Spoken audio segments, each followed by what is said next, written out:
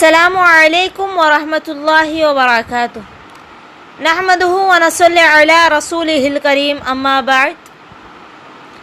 تمام قسم کی تعریف و توصیف، بڑھائی و کبریائی اسے ایک اللہ وحدہ لا شریک کے لیے لائق و زیبا ہے، جس نے ہم تمام کو اس عظیم الشان رمضان المبارک کا مہینہ نصیب فرمایا ہے۔ خطبات رمضان کے دروس میں آج آخری عنوان ہمارا ہے رمضان کے بعد کیا کرے۔ بہت ہی دلچسپ عنوان لے کر آئے ہیں آج ہم، بغور سماعت فرمائیے۔ معزز سامعین و سامعات، رمضان گزر گیا، لیکن رمضان کے بعد بھی برابر عبادت پر قائم رہنا اور نیکی پر جمے رہنا ایک سچے مسلمان کی علامت ہے۔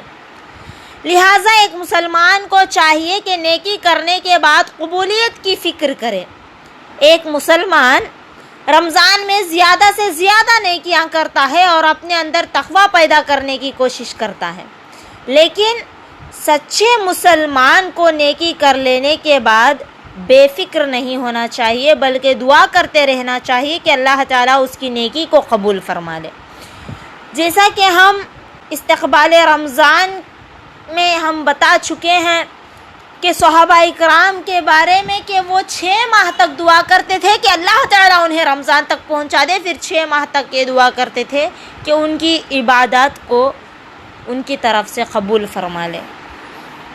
تو معزز میری ماں اور بہنوں، سلف صالحین نیک عمل کی انجام دہی میں خوب محنت کرتے تھے، پھر اس کی قبولیت کی فکر کرتے تھے اور اللہ سے ڈرتے تھے کہ کہیں ان کی یہ نیکی رد نہ ہو جائے۔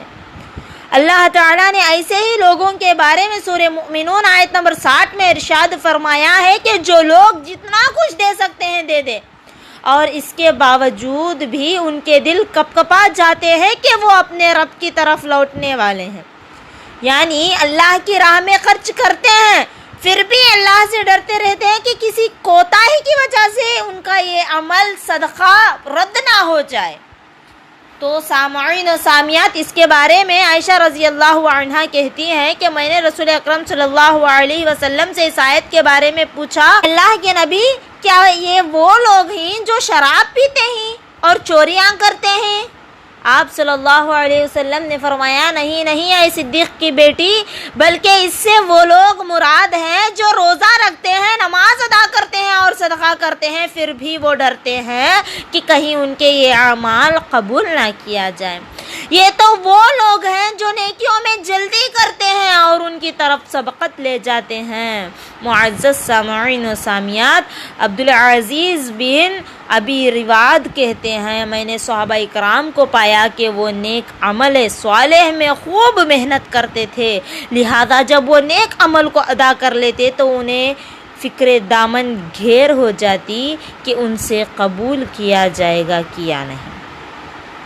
لہذا جب وہ نیک عمل کو ادا کر لیتے تو انہیں فکر گھیر لیتی کہ ان سے قبول کیا جائے گا کیا نہیں۔ اللہ اکبر! یہ کتنی عظیم کیفیت ہے ان مومن بندوں کی، جو نیک عمل بھی کر رہے ہیں، پھر اوپر سے ڈر بھی رہے ہیں کہ کہیں ان کا یہ عمل رد نہ ہو جائے۔ معزز سامعین و سامعات، اللہ کے خلیل ابراہیم علیہ السلام اور ان کے فرزند اسماعیل علیہ السلام اللہ کے حکم سے اللہ کا گھر بنا رہے ہیں، پھر بھی گڑ گڑاتے ہوئے یہ دعا کر رہے ہیں، ربنا تقبل منا انک انت السمیع العلیم، اے ہمارے رب تو ہماری جانب سے قبول فرما لے، یقیناً تو بہت زیادہ سننے والا اور جاننے والا ہے۔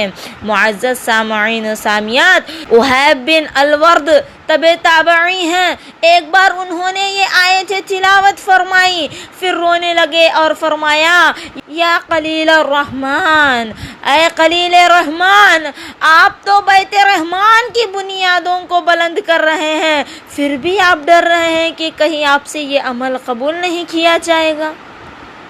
عبداللہ بن مسعود رضی اللہ عنہ فرماتے ہیں کہ مجھے معلوم ہو جائے کہ اللہ تعالیٰ نے میری جانب سے ایک عمل بھی قبول فرما لیا ہے تو یہ میرے لیے زمین بھر سونے سے بھی زیادہ محبوب اور پسندیدہ ہے۔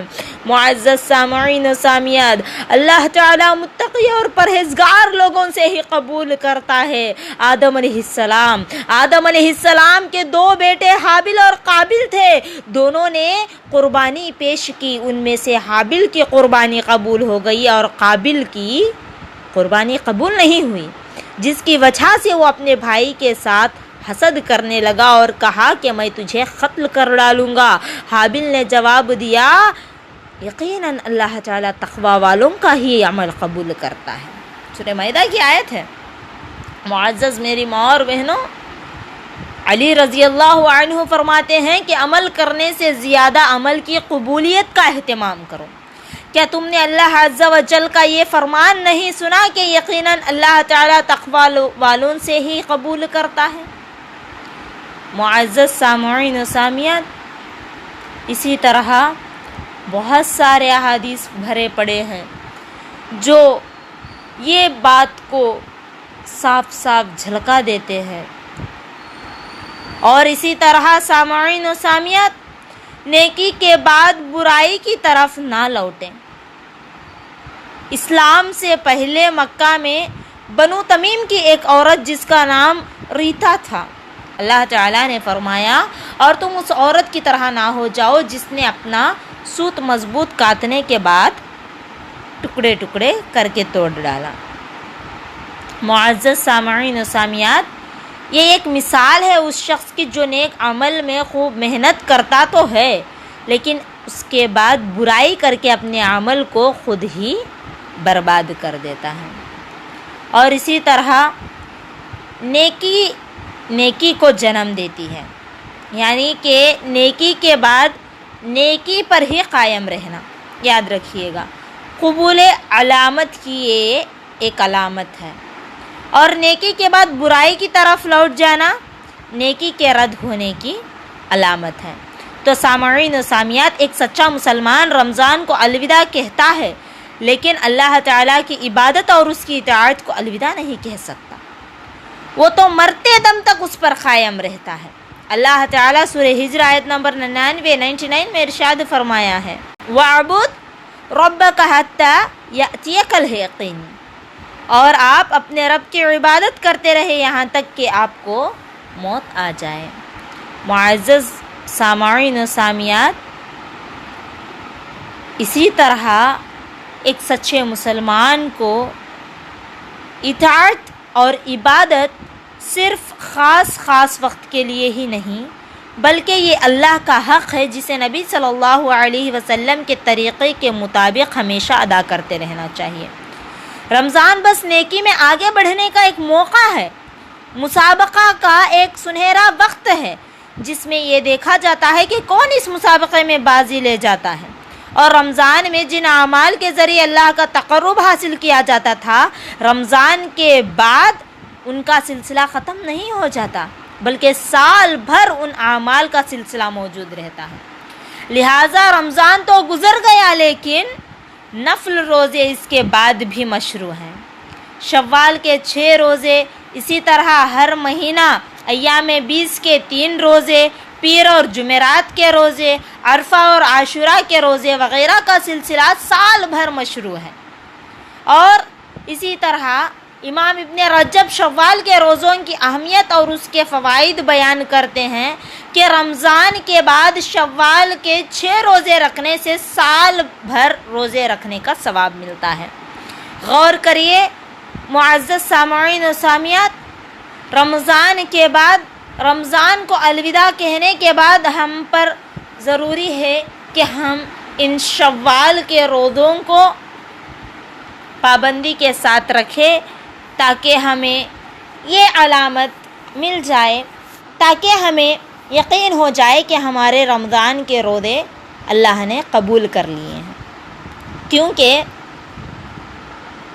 ابھی ہم نے سنا ہے کہ نیکی کو انجام دیتی ہے، یعنی کہ نیکی کے بعد نیکی پر قائم رہنا قبول عمل کی علامت ہے۔ تو اسی طرح آگے بڑھتے ہیں۔ امام ابن رجب شوال کے روزوں کی اہمیت اور اس کے فوائد بیان کرتے ہیں کہ رمضان کے بعد شوال کے 6 روزے رکھنے سے سال بھر روزے رکھنے کا ثواب ملتا ہے۔ رمضان سے پہلے شعبان کے نفل روزے اور رمضان کے بعد شوال کے 6 روزوں کی مثال ان سنن اور نوافل کی سی ہے جو فرض نمازوں کے پہلے اور بعد میں ادا کیے جاتے ہیں، جن کے ذریعے قیامت کے دن کیا ہے فرض کی کمی کو پورا کیا جاتا ہے۔ تو معزز سامعین و سامعات، رمضان کے بعد شوال کے 6 روزوں کا سلسلہ جاری رکھنا رمضان کے روزوں کی قبولیت کی علامت ہے، کیونکہ جب اللہ تعالیٰ بندے کے نیک عمل کو قبول فرماتا ہے تو اسے مزید نیک عمل کرنے کی کیا ہے توفیق عطا فرماتا ہے۔ جیسا کہ سلف سے منقول ہے کہ نیکی کا بدلہ نیکی کے بعد نیکی کرنا ہے، لہذا جس نے نیکی کے بعد پھر دوسری نیکی کی تو یہ اس کی پہلی نیکی کی قبولیت کی علامت ہے۔ اسی طرح جس نے نیکی کے بعد برائی کا ارتکاب کیا تو یہ اس کی نیکی کے رد ہونے کی نشانی ہے۔ تو معزز سامعین و سامعات، رمضان کے روزے گزشتہ گناہوں کی مغفرت کا سبب ہیں، لہٰذا روزے داروں کو عید الفطر کے دن مغفرت کے انعام سے نوازا جاتا ہے، کیونکہ وہ انعام کا دن ہے، اور عید الفطر کے بعد پھر شوال کے روزے رکھنا اس انعام الہی کا شکر ہے، کیونکہ مغفرت سے بڑا اور کوئی انعام نہیں ہے۔ رسول اللہ صلی اللہ علیہ وسلم راتوں میں اتنی لمبی تہجد پڑھتے پیروں میں ورم آ جاتا تھا۔ صحابہ اکرام آپ سے پوچھتے آپ کے تو اگلے پچھلے سارے گناہ معاف ہو چکے ہیں، پھر بھی آپ اتنا عمل کیوں کرتے ہیں اللہ کے رسول؟ تو آپ صلی اللہ علیہ وسلم فرماتے ہیں کیا میں اللہ کا شکر گزار بندہ نہ بنوں؟ تو سامعین و سامعات، شوال کے 6 روزوں کی فضیلت کو جان لیتے ہیں۔